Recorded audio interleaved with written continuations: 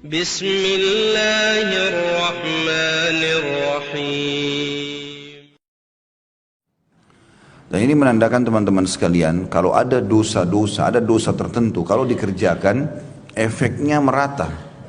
Nah, efeknya merata, terutama dosa-dosa besar. Kalau dosa-dosa besar dilakukan, maka efeknya bisa merata. Misal dalam satu komplek, ada 15 rumah, tapi ada 2 rumah pezina.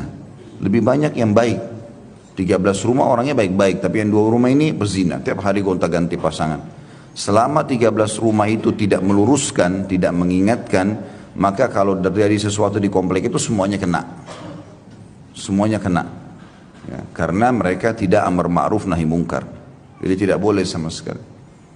Makanya tidak boleh kita diam. Kalau melihat seseorang berbuat salah dan kita sudah faham itu kesalahan atau mungkar dalam agama kita, harus segera diberhentikan. Ya, kata Nabi SAW, "Man ra'a minkum mungkaran falyughayyirhu biyadihi." Siapa yang lihat kemungkaran, dia saksikan, maka dia harus mengganti dengan tangannya, merubah. Tangan artinya powernya dia. Orang tua pada anak, suami pada istri, atasan pada bawahannya, presiden pada masyarakatnya misalnya. Maka dia bisa berhentikan, dia buat peraturan ini tidak boleh. Fa in lam yastati' fa bilisani, kalau dia tidak mampu dengan tangannya, tidak punya power, maka dengan lisannya nasihati. Dan tidak ada sesuatu yang berat, asal kita santun sampaikan, maaf ya Pak, maaf Bu, ada seperti ini, setahu saya tidak boleh dalam agama. Misal, fa in lam yastati' fa biqalbi, kalau tidak mampu maka minimal dengan hatinya. Wa dzalika adhaful iman, dan itu selemah-lemah iman. Minimal orang mengatakan, ya Allah berilah hidayah, ya Allah hilangkan, itu minimal sekali. Tapi kalau ini sudah terjadi, walaupun minimal, maka ini sudah cukup untuk membuat azab Allah merata tidak datang. Yang datang hanya kepada pelanggar saja. Tapi kalau kita diamkan, kita ingin sendiri masuk ke dalam surga, nggak mau tahu tentang kita nggak sholat, udahlah biarin aja nanti masuk neraka. Ini bahaya. Karena kita dianggap pelanggar di sini. Melihat orang berbuat salah, perbuatan ahli neraka, tapi dibiarkan. Di dalam sebuah riwayat Bukhari yang lain, Jibril alaihissalam pernah diperintahkan Allah untuk menghancurkan satu negeri. Allahu a'lam negeri itu di mana, tapi yang jelas begitu riwayatnya.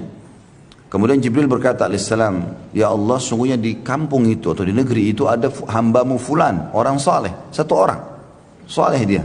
Apa kena juga nih? Maka kata Allah SWT, mulai siksa dari dia. Dia dulu mulai kamu siksa. Karena dia tidak pernah meluruskan kemungkaran-kemungkaran itu. Jadi hati-hati, ya. Walaupun cuma sekali saja, karena amar ma'ruf nahi mungkar yang wajibnya sekali.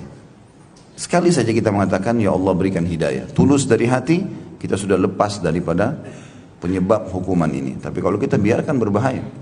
Nah, tidak boleh sama sekali. Jadi amar ma'ruf nahi mungkar adalah kewajiban setiap muslim, semampu dia, tapi jangan tinggalkan yang minimal saja, itu sudah tidak boleh ditinggalkan. Yaitu dalam hati, mungkin dalam hati. Ya.